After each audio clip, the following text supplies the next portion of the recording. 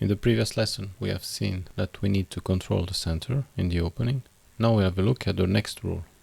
So, have a look at this game, for example.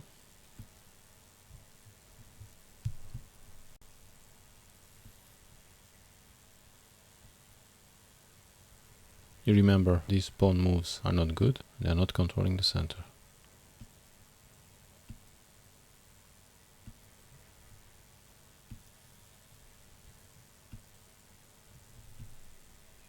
So, did you notice anything? White and black have played only pawn moves. They have not played any other piece. So you look at the back rank for white. You see, intact. And black's back rank is also intact. And that's very bad because there are no pieces in play. The aim of the opening is to mobilize your pieces. As we said in the last lesson, if you don't use a piece, it's almost equivalent of not having it. So here what we saw battle of pawns with no pieces involved. We also see that while we are making pawn moves, we cannot play a piece. So in the opening, in order to develop your pieces, you should play less pawn moves. Is that logical? The more pawn moves you make, the less pieces you can play. Now we'll try and check how many pawn moves are necessary. So as we said, we're going to play a pawn to the center. The knight goes here. Ideally, we're going to play another pawn to the center. The other knight. We're going to play the bishop somewhere. We're going to play the second bishop somewhere. And you see, we have developed our pieces. So the bishop and the knight are called the minor pieces or light pieces. Remember, a bishop is worth 3 pawns and the knight also. So we want to develop these light pieces and control the center with the pawns. So you see, in order to be able to develop our 4 minor pieces, we have to push a minimum of 2 pawns. So that gives already a rule. Ideally, in the opening, we should try to make no more than 2 to 3 pawn moves. Because the more pawn moves you make, the less time you will have to develop your pieces. And the problem is that if you don't develop your pieces and your opponent does, then he can launch an attack and you will not have any defender. Let's see this game. 1 pawn move, not a central, second pawn move, third, fourth pawn move. You see, fifth, that's too many pawn moves. No white piece has been developed, which is bad. And black has only developed his knight, which is also bad. We're going to have a look at an extreme example. White pushes a pawn 1 square, we know that's bad. Second square, third square, you see. Now he's playing another pawn.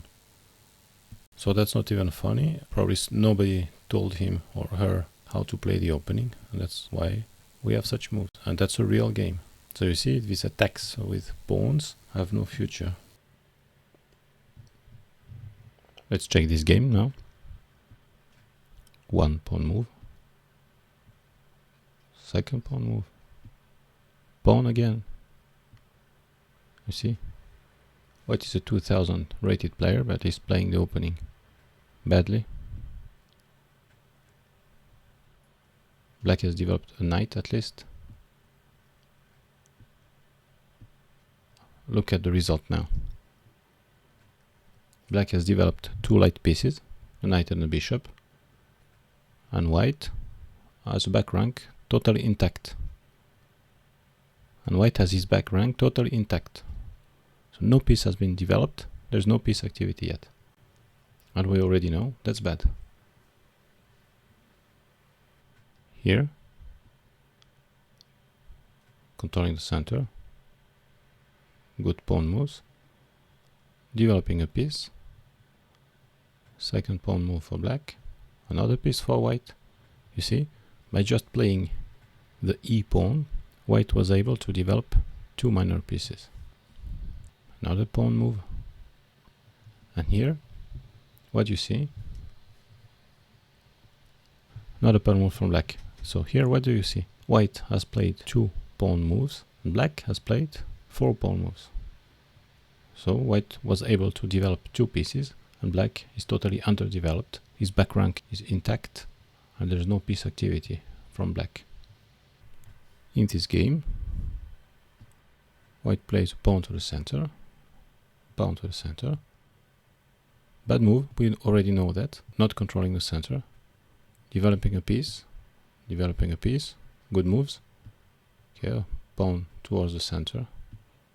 Another very bad move. It's an edge pawn, which has absolutely no attack, nothing. So at the moment you see, white has played 3 pawn moves and a light piece, the knight. That's 4. Black has played 2 pawn moves, a piece, a bishop, and now plays his second piece, developing the bishop and winning a pawn. So you see the difference? Black is better because he has played less pawn moves, which allowed him to develop 2 pieces. Also, of course, black has developed central pawns, while white has developed some edge pawns, the H and B pawns. And you see how with a few easy to remember moves, you can avoid a lot of mistakes already. Now you should be able to look at this position and evaluate it. You see immediately that white has played. How many pawn moves has white played? 1, 2, 3 here, 4, that's 4 pawn moves, and a piece, that's 5. Black has played 1, 2, 3 pawn moves and 2 pieces.